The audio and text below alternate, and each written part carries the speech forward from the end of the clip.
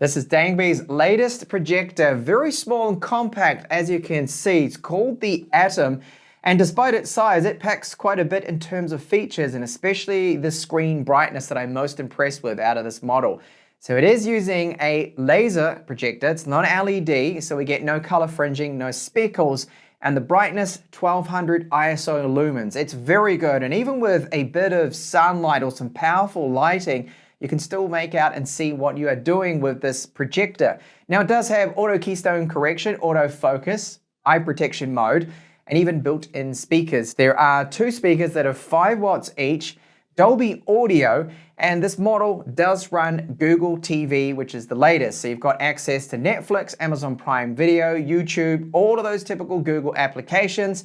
Google Assistant is built in, and you can even cast to this projector as well, and say project your mobile phone contents, your gallery, your photos through the projector onto a screen.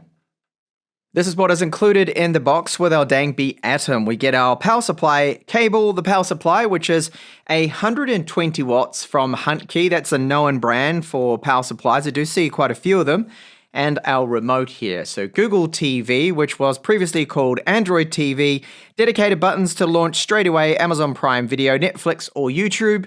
And yes, everything is in full HD. It does have a Widevine level 1 cert, which is good news. Of course, you need that with a full HD projector like this. Volume up and down, home, menu, back key, directional, keypad, and then OK's in the middle. And a dedicated button there for Google Assistant. It's got a built-in microphone, so you can just issue it those voice commands if you want. For example, ask it the weather, tell it to launch Amazon Prime Video, whatnot. You get the idea. And this is our power button with status LED. Now, it does take 2 AAA batteries, and Dangbei includes with the Atom a user manual there. It is an ALDP laser, this model, and that is 1080p, so Full HD Max, 60 Hz, 1200 ISO lumens maximum brightness, and it does support HDR10. There is a camera here, some other sensors, because it does have auto keystone correction. It also has intelligent image obstacle avoidance. So what it will do, it will resize that image to make it fit if there is something in the way there. And you see along the back that it's got this rubber foot along the whole bottom of it. It looks like it maybe spins around or rotates, but it does not. There's just this vent all around the outside here, tripod mounting point, or if you're going to mount this maybe on the seating, and you do have that option for it. This is screwed into place. So it is plastic here, and the size of it, very good, of course, for what kind of image quality that you see that it's able to produce. HDMI, 3.5mm out, power in, USB 2.0. This is to play your external files. You connect up with external storage if you wanted to do so. Hot air comes out the back here. There is a fan in this, so it's actively cooled. This is our power on button with LED, and then either side it's just the vents here that you'll see. Well, in fact, they are speaker grills because we do have speakers built into this. Dolby audio, as you've seen. Later on in the video, I'll give you a sample of just what they sound like. And this is how I've got it set up. So I have the Dangbei Neo, which is approximately almost 3 meters away from this 120-inch ALR screen, projecting at an approximate 95 or so inches. So this is how I will review it. You do need quite a large room to be able to project up to 180 inches. Well, you're going to have a very big room indeed to be able to project that kind of size image.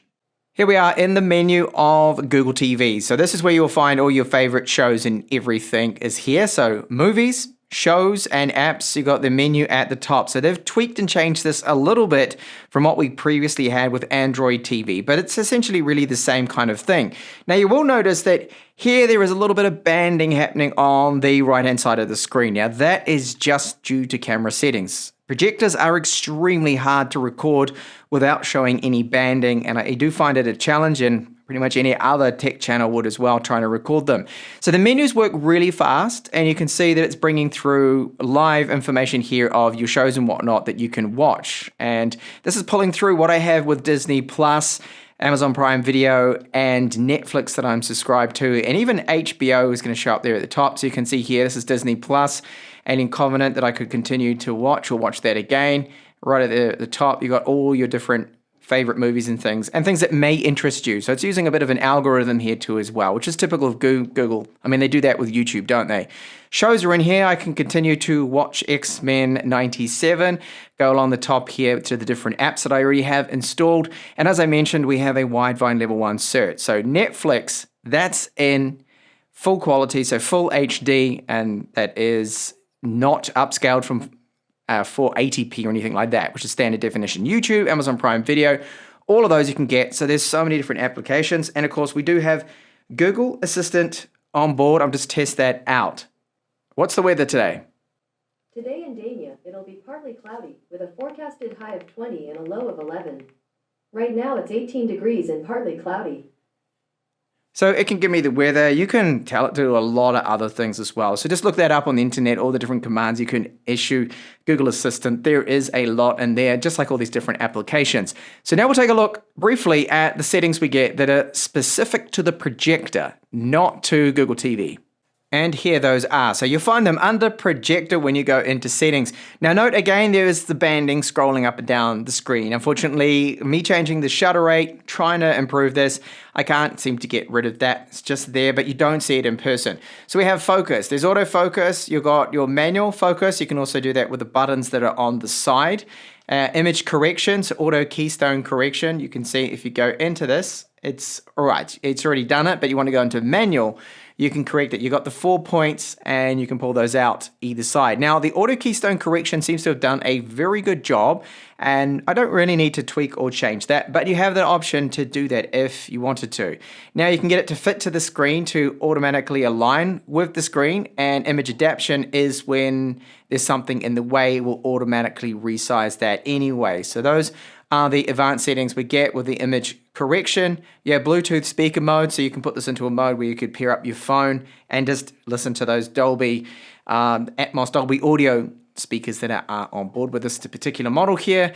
You've got Smart Eye Projection. This is off by default. I'll just quickly demonstrate that. So turning it on, if I was to walk in front of it or someone goes in front, like a small child, maybe a little dog, what it will do is detect that, you can see, and Smart Eye Projection turns the screen off, or turns, should I say, the projection off, just to save on their eyesight, and then it comes back as soon as someone is out of the way.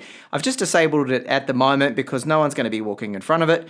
Projection mode, pretty standard here, so auto front, ceiling, rear ceiling. So if you're going to be ceiling mounting this, then you've got all those options to flick it into the other orientation, just like that. And then you got the one dust removal, the increase the fan speed to remove dust from the chassis. Okay, this is new. You haven't seen this option before. And when you put this on, it's very loud because it's the fan at max speed, but it'll blow out any dust. Then the picture modes, you've got a control there of brightness, standard, eco, or custom. I keep it in standard. Eco is going to drop it right down, so you won't get that 1200 ISO lumens. You have standard, vivid, movie, game, custom, 3D mode as well. If you wanted to use that, you've got that option, and the game mode too for it. There's the sound settings as well from this menu at the top, so you can see picture, sound, and this is where you also select your input. So if you wanted, you could select, for example, your PlayStation 5, Xbox, or whatever you want to plug into that HDMI port is where you do it, and the external USB for playing some files off a pen drive.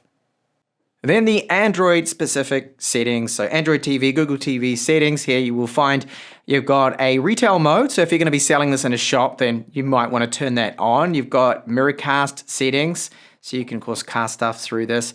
Pair your phone up, cast a show whatever videos off your phone onto it. You have ambient mode, so Google Photos, Art Gallery can have that looping instead of just a typical screensaver. Even the weather will show the time, whatnot. The storage it's built in, so it's 32 gigabytes, but available storage space, you can see there is 24. Once you start installing more apps, it'll slowly go down in size, but it's plenty for all the applications and things you need because everything is streamed. Google Keyboard, Gboard, you have language, date, time, firmware updates there as well, so all straightforward stuff that you would be used to if you've ever used Android before, or Android TV, Google TV, it really is all the same. And now let's take a look at Netflix performance. This is probably the most used streaming app, I would say, for television and shows. Second would be Amazon Prime Video. The performance of this, we'll take a look at how quick it loads in. And everything did seem to load in reasonably quick. Just at the start, I noticed there was a little bit of lag as it just cached in all of the different thumbnails here for every single movie, TV series and whatnot. But now going through that menu, performance is good. It's not noticeably laggy or slow. It seems to be pretty much standard. It feels about the same pace as my LG TV. Samsung TV is, well, this is certainly faster than my older Samsung TV. So the performance of that is good. Now I will quickly jump into just something here, and I can only play a few seconds of this for obvious reasons, for copyright, so I don't get a strike or anything. And I'll just jump into something and we'll see how quick it takes to stream. So an episode of Narcos here, it'll only be a few seconds just to see how long it's going to take. So this is, oh, look at that. And it was basically instantaneous there. It just went straight in. It must do a bit of pre-caching there, anticipated me clicking on that, and it's already just cached that in. So that was excellent. It's very quick, and I've noticed that it just seems to play everything straight away. And moving to a HDR clip here. This is from Jacob and Katie Schwartz. They make some amazing looking videos here, and the quality, this is Costa Rica, looking very good. And I can tell straight away, yeah, this is in 1080p. Everything looks sharp. Colors look great. Now, being a laser, let's talk a little bit about that, well, there's none of that speckle with blacks. I don't see any color fringing. And that brightness, the contrast and the sharpness, excellent too. I mean, really good in these scenes.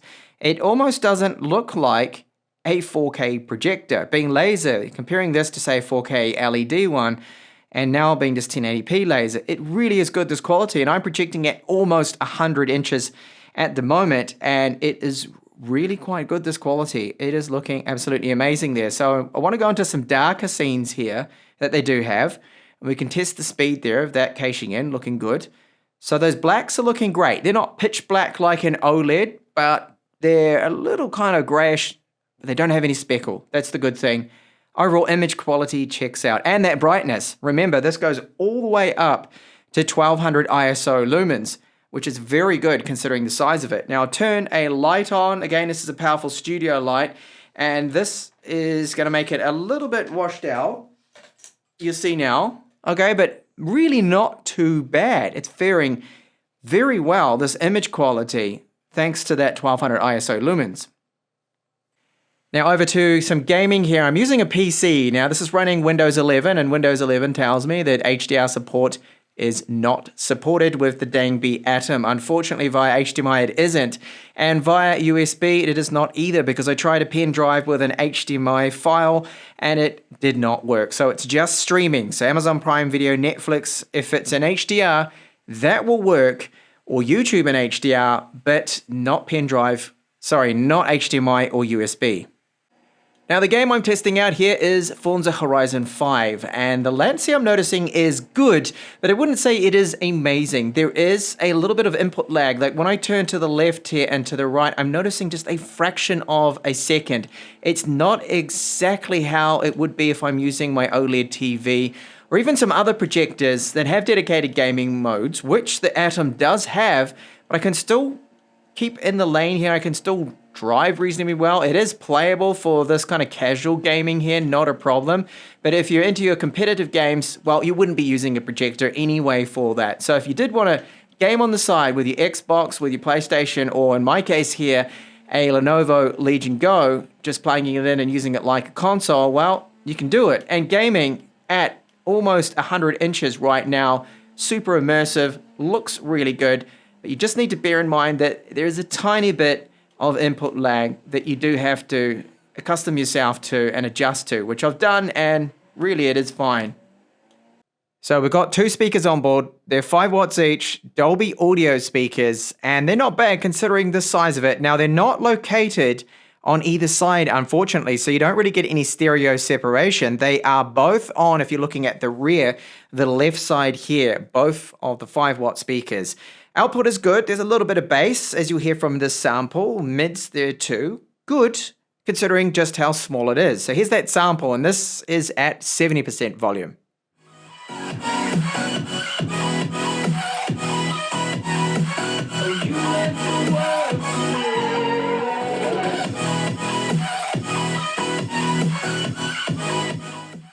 And some very good news when it comes to the fan noise, that it is quiet. This is not one of those projectors that when you sit next to it, it sounds and feels like you're sitting next to a jet engine.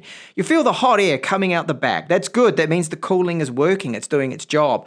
But the fan RPM and then the fan profile is great because it doesn't really ramp up and get super loud or anything. It seems to always remain the constant low RPM, and the sound of it is not bad. It is not an unpleasant sound.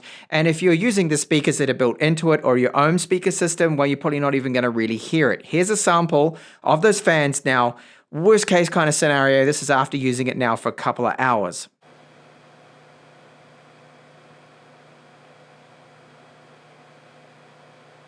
So this is the auto keystone in action. You can see as I move it now that the screen's angled kind of funny, right? And you don't want it like that. So tapping the side button, I can bring up this menu here.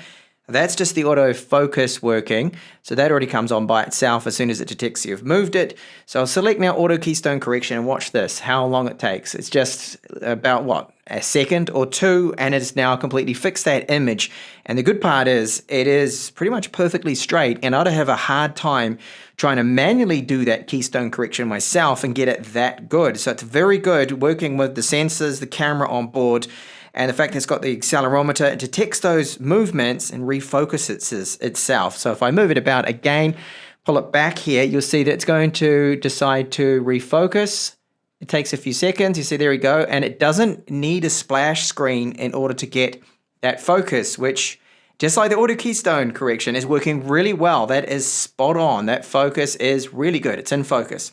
So all up, for a very small, thin, light projector, it does pack a lot. The built-in speakers, they sound fine. They aren't the best I've heard. They're certainly not the loudest. And of course, they're on just one side. So stereo separation is really non-existent there. That's a very minor complaint from me. Now the UI is very fast, it's fluid. We get Netflix, Amazon Prime Video, all of those streaming services are in full HD, which is good because it has a Widevine level 1 cert. Gaming on it is fine if it's just your typical kind of casual gaming. There is a fraction of a second of delay I've noticed with the input latency. You see a little bit of input lag there. It's very minute, and once you adjust to it, as I said there, the casual gaming is still fine with it. I managed to play Forza Horizon 5, no problems with it. It was definitely playable there.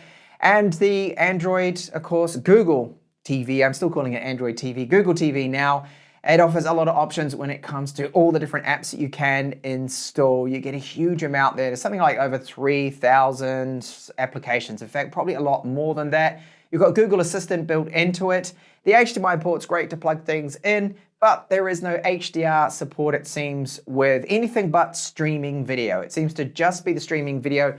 We get the HDR with this. So that is my minor complaint with it. I wish it would be HDR with HDMI and also with USB pen drive HDR files. And I hope that a firmware update may be able to correct that there from Dangbei. So that is the Atom. Thank you so much for watching this review on this great little portable, very small, compact, yet bright 1200 ISO Lumen laser projector.